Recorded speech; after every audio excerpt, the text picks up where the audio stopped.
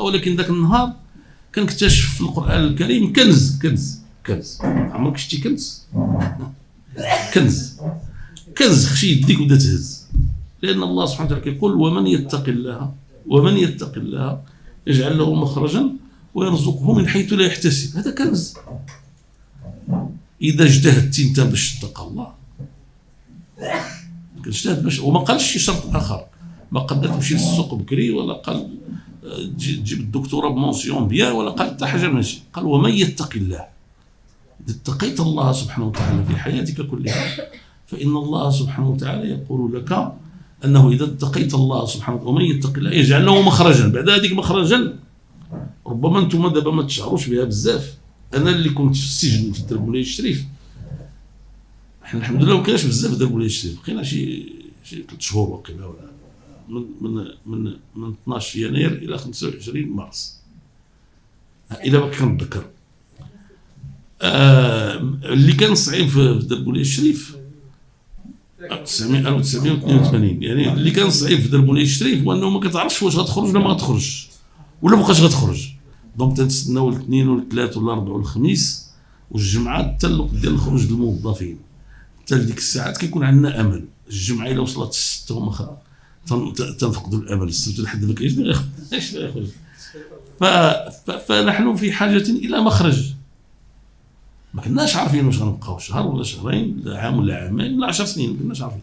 داير هذاك السيد اللي استقبلني النهار الاول قال لي سير السي بن كيران حتى دار معي واحد الحوار طويل، قال لي سير حتى يجيب الله الفرج، او لا تمشي للحبس او لا تمشي للمحكمه يضربوك شي 5 سنين ديال الحبسيه. بقينا شهرين ولا 3 شهور. هادشي اللي كان. داير من بعد منا تشدوا 4 ديال الاخوان الاخرين ديالنا الا كتعرفوهم، وما عندهم والو حتى هما، غير شي حاجات تلاقاو مع شي اخوان قدام في الشبيبه كيرتبوا معاهم باش يلتحقوا ولا شي حاجه بحال هكا. 10 سنين الحبس. العربي الملاحظ وريفله وعبد الله العماري واحد البلكرد، عبد الله بلكرد، 4 ديال الاخوان 10 سنين ديال الحبس والو ما عندهم. هذوك ديالنا هذوك 3 بالخصوص، واحد شويه متفلت، ولكن والقران الكريم الاخوان ماشي كنز واحد ولا 2 ولا 3 ولا 4 الا تتقرا يعني. وهذا ولكن دابا ملي الانسان تيوقع له مصاب لا قدر الله بحال اللي قلنا قبيله وتيتفكر نظرا لانه متدين، كاين اشياء شائعه بين المتدينين كثيرا لما كانوا المغاربه كلهم. الله تعالى كيقول وبشر الصابرين الذين اذا اصابتهم مصيبه قالوا انا لله وانا اليه راجعون. يعني مجرد انه اذا وقع مصاب، حيت ما تنساوش بلي راه كاين اللي هذا الشيء كيدفعو كينتحر، وكاين اللي كيبقى حزين سنوات. الاوروبيين كيعرفوا هذا الكلام، تيقول لك جوني با انكور في مون دوي، يعني با مات هذه 5 سنين وانا باقي حزين عليه وعايش هذه الحاله هذه النفسيه. فهذه المرجعيه الاخوان هي اذا شئنا نقول نعمه من الله وخير وبركه، والتمسك بها. الله تقول وبشر الصابرين الذين اذا اصابتهم مصيبه قالوا انا لله وانا اليه راجعون. يعني ما دارش بالمقابل تطلع الجبل تبقى كتعبد وتحنت 70 عام ولا لا، قال كتقول 2 كلمات ملي كتقولهم كيبرد الخاطر ديالك وكترجع الله سبحانه وتعالى، وكيولي ذاك المصاب تيولي بشرى.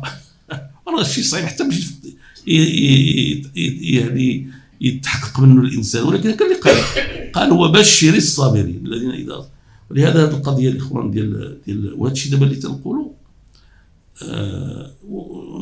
بون بغيت نبقى نذكر لكم ما غنساليش، ولكن دابا انا كتعرفوني من نهار اللي مات السباع وانا في الحقيقه حزين، رغم انه الحمد لله حنا عبيد تحت الله ما عندنا ما نديروا. ولكن اشاك فوا كنت نقرا قول الله سبحانه وتعالى ولا تحسبن الذين قتلوا في سبيل الله امواتا بل احياء عند ربهم يرزقون.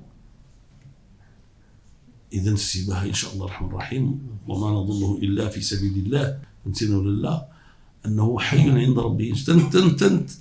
تنأمل هذا الشيء انه حي عند ربه وانه يرزق عند ربه.